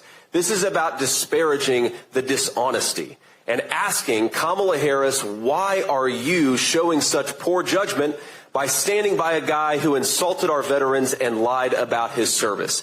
If Kamala Harris wants to lead this country, if she wants to lead the millions of active and reserve service members and the millions of veterans on top of it, she ought to stand before the media and answer why Tim Walz lied and why she's now trying to say that he's the victim, that we are somehow attacking Tim Walz's service. That's what Kamala Harris says, that we're attacking his honorable service. We're not attacking his honorable service. We're attacking the dishonesty about that service. That is not honorable. That is the height of dishonor, and Tim Walz should not be the Vice President of the United States because of it. That is J.D. Vance, United States Senator from, where's he from again? Ohio. I was going to say the middle of the country. Man, not enough coffee tonight. Anyway, and we're having phone issues. So if you're calling and you're not getting through, that's because the deep state has done a DDoS attack on us. And I'm just making that up as I go along. But it is disrupting our distribution of service here. So I'll get to you as soon as I'm able to. But Tim Walz, he's constantly under fire for this stolen valor of his. And shame on him for doing that, right? That you've got to expect that's going to come. I'm sure there's some people that say, look, the guy was in the military for 24 years. He's got to get some credit for that. Sure. You just can't go around saying things that aren't true. That's when you get in trouble, when weapons of war, and you haven't been to war, and then it just happens to be that when you had the chance to go to war, you're like, no, I'm going to go to Congress. And again, listen, after 20 years, I think you're allowed to retire if you want to. You just don't paint a picture that is not. right? People will respect you so much more if you say, you know, I did 2 decades, 24 years in the service, and you know, thankfully, I was always stateside, or, you know, when I traveled abroad, it wasn't during times of combat, but so many of my brothers did, and I salute them. Great, good for you. Look at you, you're a winner now. But you start making up stories, and people don't like that. Now, speaking of making up stories, CNN just admitted that Tim Walz's campaign lied about his drunk driving arrest several times. Interesting, right? Saying none of that was true. Now, I don't really care that he got arrested for drunk driving. I really don't. Especially in 1985. Or was it 95? Excuse me. 1995. There we go. Either way, it doesn't really make or break me. I know many people who are good people that have gotten drunk driving tickets, arrests, whatever it is. It's I don't think they should do it. It's probably a bad decision. I don't do it. Thank God for Uber. But, and I don't really get drunk. But my point is, that's not I'm not going to be the guy that goes, you know, I think it really speaks to his character. And I think a lot of people make that mistake. I know a lot of very upstanding people that were in the wrong place, the wrong time, had one drink too many where they're above the legal limit, but they were totally fine to drive. And they got in trouble. And I get it. You have to have a limit for something, right? Otherwise, you get people that are sloshed and can kill everybody. I get that, too. So that's why I don't sit here and rail against it. They should make it a 3-drink limit. No. Keep it where it is. It's fine. If you're going to drink, when I went to school, right, they gave us driver's ed and we had to learn this stuff. You can drink 1 beer or half a glass of wine. That's what I was taught. Because the alcohol content is so much higher in a glass of wine. The minute you go for like an old fashioned or a whiskey on the rocks or something like that, you're done. There's no way you can pass that test unless you're like 350 or 400 pounds, where it's going to take that much longer to metabolize into your bloodstream because you're a bigger person. So they have these limits, you know, in place for little people. And I don't mean like dwarfism. I mean just, you know, smaller sized people, including, you know, the little people. But I wasn't specifically alluding to that. Anyway. The report from CNN acknowledges that Kamala Harris's vice presidential pick, Governor Tim Walz, repeatedly lied about his 1995 drunk driving arrest. During his run for Congress, he was pulled over by a Nebraska state trooper for going 96 miles an hour in a 55. Wow. Now doing 90, I don't do 96 sober, let alone after a few drinks. And this happened again in September of 95. The officer smelled alcohol on his breath. Walz took a sobriety test and a blood alcohol test and failed both. He spent the night behind bars, later admitted that he was driving drunk. But when he ran for Congress, his campaign repeatedly said that he had not been drinking. He was pulled over and failed the sobriety test because of alleged hearing loss he suffered from his time in the National Guard. That's fake, phony, and fraud, and I don't think anybody's buying it. Stop lying, Tim. Tiananmen Tim telling lies. All right, Tall Tale Tim, we're coming right back with more to come straight ahead. It's Rich Valdez, America at Night, and hopefully we're going to get to your calls. Don't go anywhere.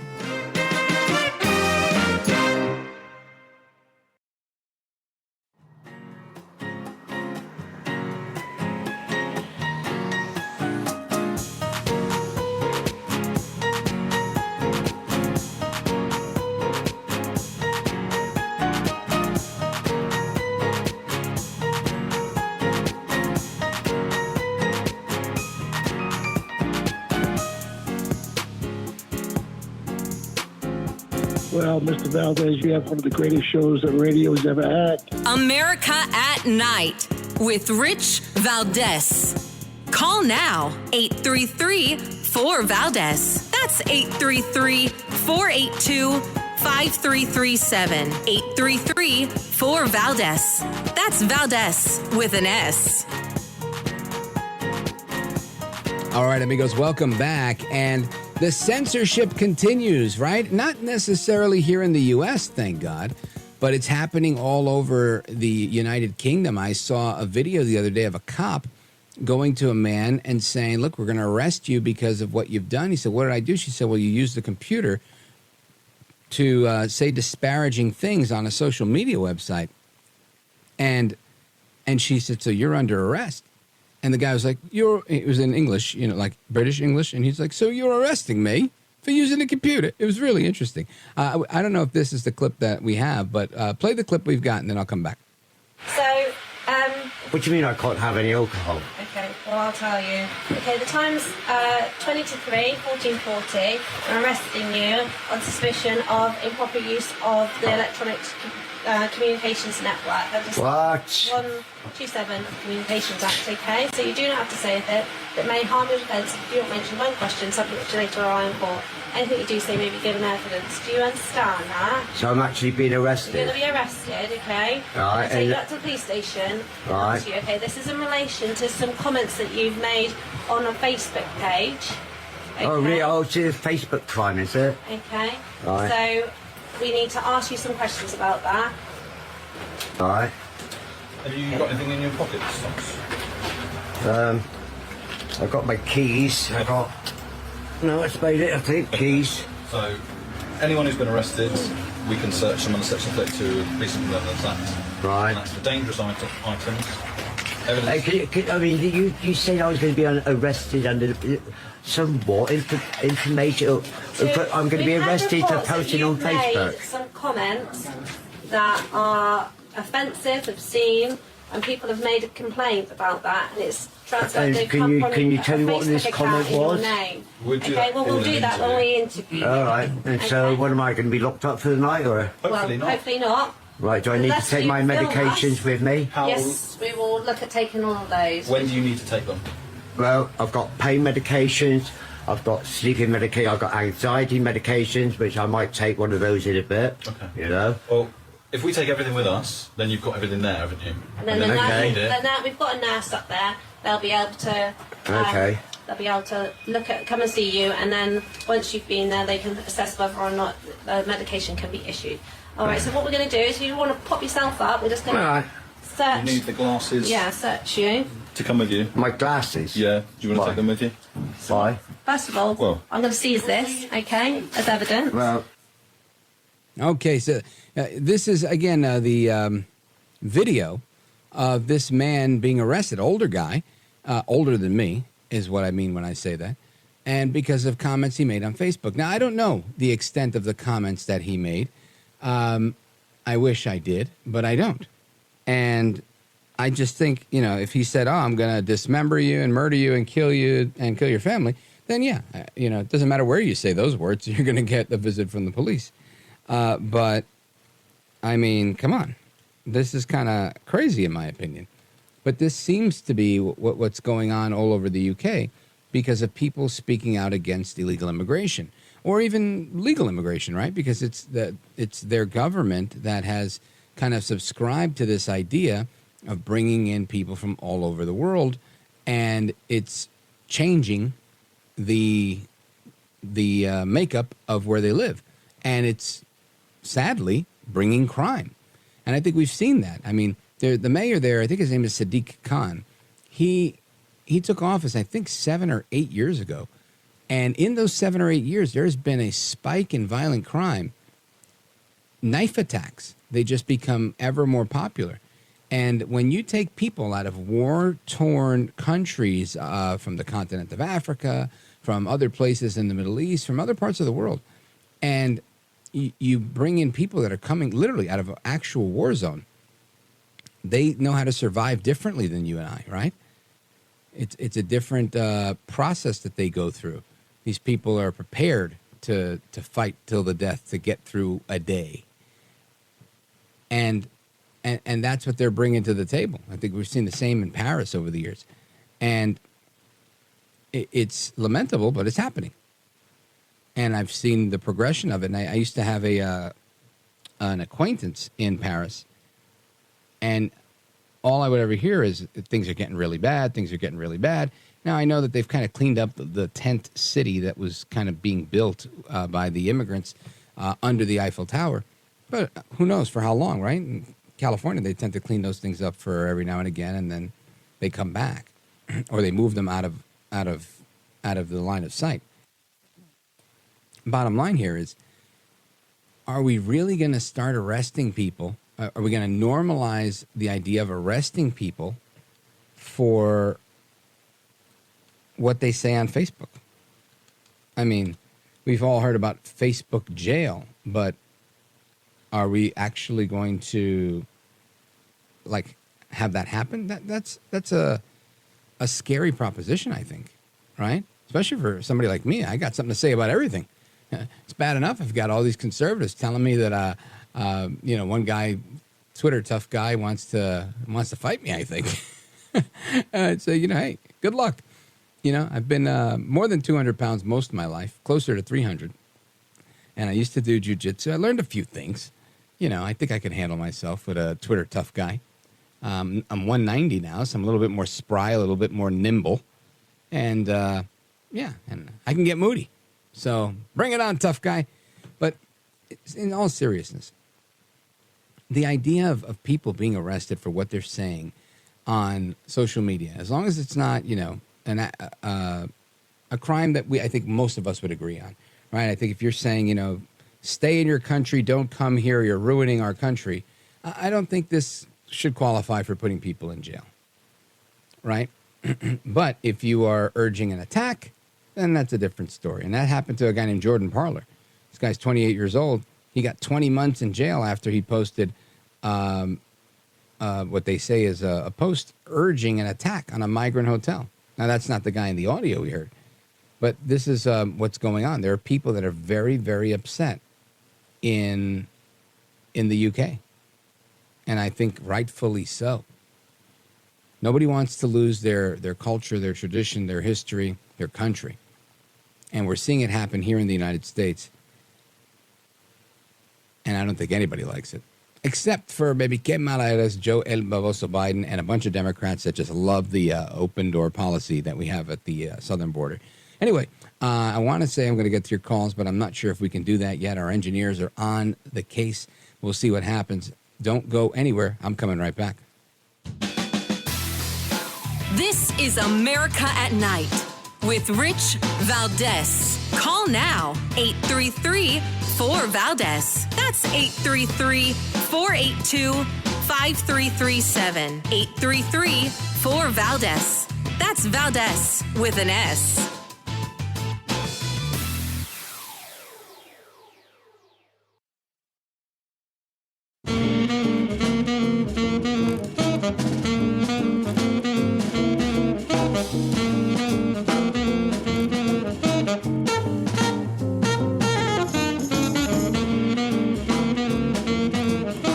Listen to you, Rich, all the time. America at Night with Rich Valdez.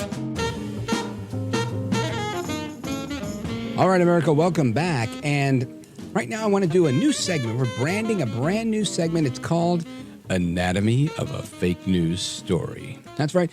The Associated Press. Oh, I had a good tweet on this today, actually, also. Let me try to find that while I do this at the same time. Anyway.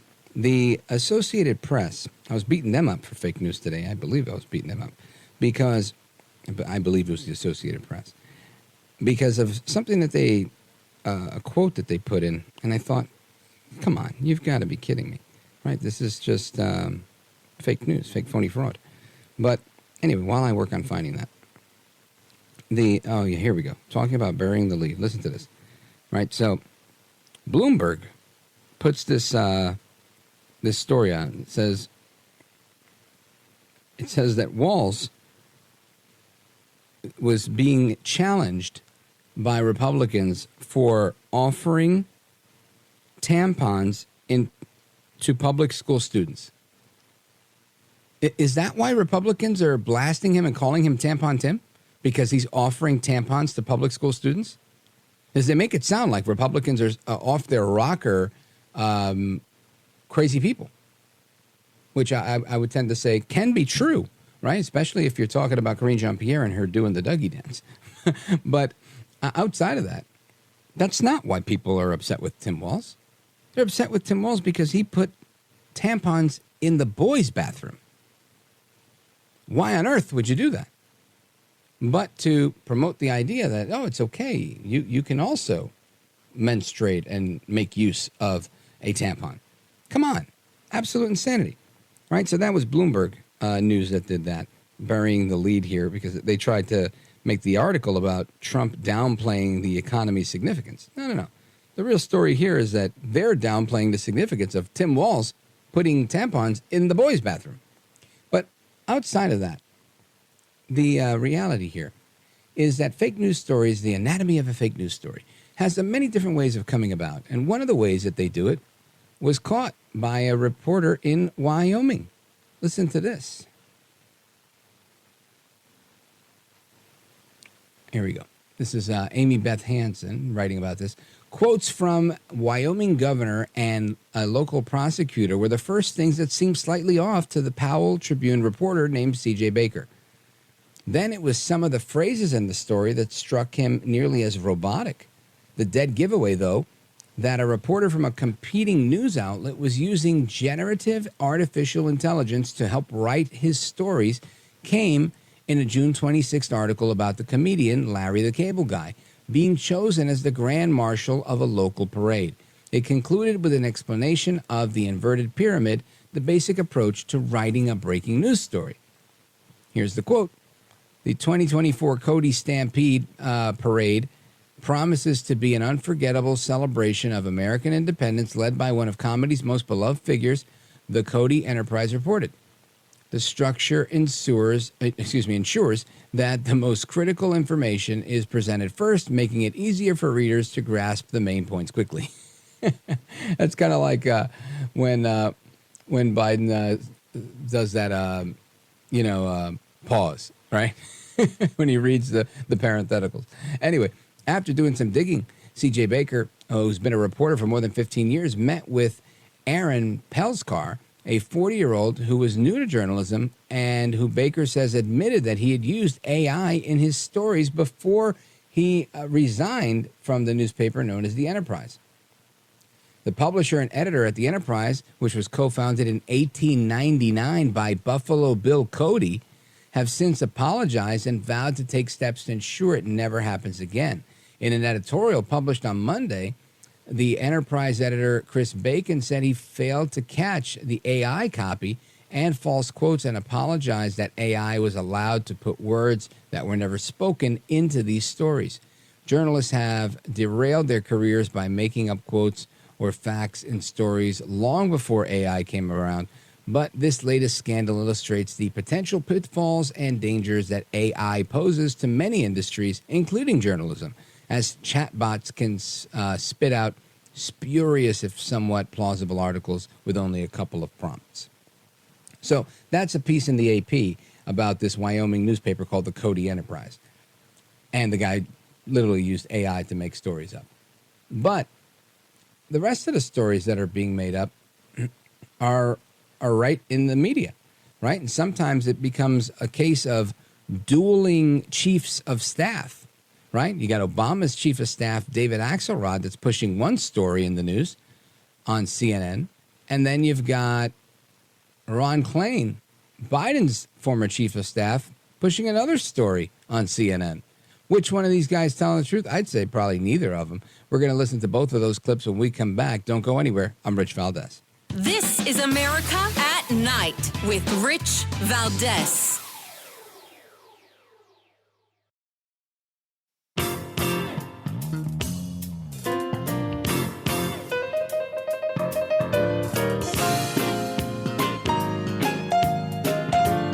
This is America. This is Night. This is Rich Valdez. All right, amigos, welcome back. Here we are making late night talk radio great again, and I love you guys for that. And thanks for bearing with me through this. I'm going to call it a cyber attack, but it's not. It's more like a glitch. But cyber attack sounds so much like a DDoS attack on our phone lines. Oh, my goodness. The deep state strikes again. But I enjoy talking about this stuff because, you know, a million years ago, there was only radio. Then there was television. And one of the guys who did it really well was a guy named Joe Pine. The guy was, you know, he kind of moved in between TV and radio somewhat effortlessly and had a great show. The Joe Pine Show was a really good show. I mean, cutting edge stuff, talking about black and white stuff from the 50s, talking about topics that we talked about today, which is scary stuff. Like one video where a guy comes in and he says, and I played the audio on this program before. I don't know if we still have it, but maybe I'll grab it again. Guy comes in and says that there's a homosexual lobby in America that is promoting the normalization of gay lifestyle so that it can attract children. This was like 1959 or 1960, which is crazy to think that, you know, we're still talking about those topics today on the social scene. So anyway, I say that to say when I envision this show in my mind's eye, I envision like a full brass band, a cool desk, Johnny Carson-esque desk that I get to sit at with a nice big Larry King microphone on it, and a studio audience, which I would love for it to be that way if I ever had that opportunity, like Joe Pine did. It was just a cool time of life to do radio and TV. And that's what I imagine when I listen to the Bohannon-esque bumpers that we have coming in and out of the breaks. So I just wanted to share that thought with you. But I wanted to get to this audio. Hopefully I didn't over-talk my welcome here. Ron Klain was the chief of staff to Joe Biden. He recently stepped aside, but this is the guy who told Al Gore, hey, no, don't concede. Take it back, hanging chads, all that. Ron Klain says that Biden was pushed out by public officials, i.e. Pelosi and others. Listen to this. Well, I agree enthusiasm is up. There's a lot of rallying around the vice president. I'm so glad to see it. It's hard-earned and well-deserved for her. But I do think, the president was pushed by public by public calls from elected officials for him to drop out, from donors calling him to drop out. And I think that was wrong. I think he made the decision ultimately, and he made the right decision to say, if I'm going to leave the race, I think the vice president should take over. And why was it wrong, though, for them to do that? Why was it wrong for donors to raise objections to, other elected officials? I think that, not wrong like immoral, but I think it was unfortunate because I think that the president had won the nomination fair and square. 14 million people went and voted for him and the vice president's vice president. Yeah, that's the money line there, right? Ron Klain's even admitting it. 14 million Democrats voted for Biden to be their guy, and they don't get Biden. So I understand his disdain. But David Axelrod, he was chief of staff to Obama or senior advisor. He disagrees with Klain, and he says, no. Biden was pushed out by public opinion. So just imagine, Biden wakes up one day after his, I'm not going anywhere, and he says this. But the truth of the matter is what happened in that debate was that long-standing concerns that people had that grew over time about the president's performance in public just broke open like a dam. And it wasn't public officials who drove the president from the race. It was public opinion.